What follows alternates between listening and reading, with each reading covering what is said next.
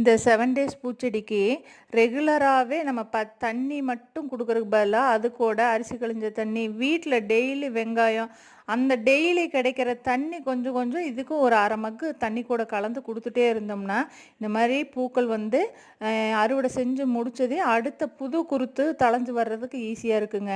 Rose செடிகளுக்கு வந்து அதிக சத்து தேவைப்படுது. அதோட வளர்ச்சியே அந்த பூக்கள் கொடுக்கறதானே.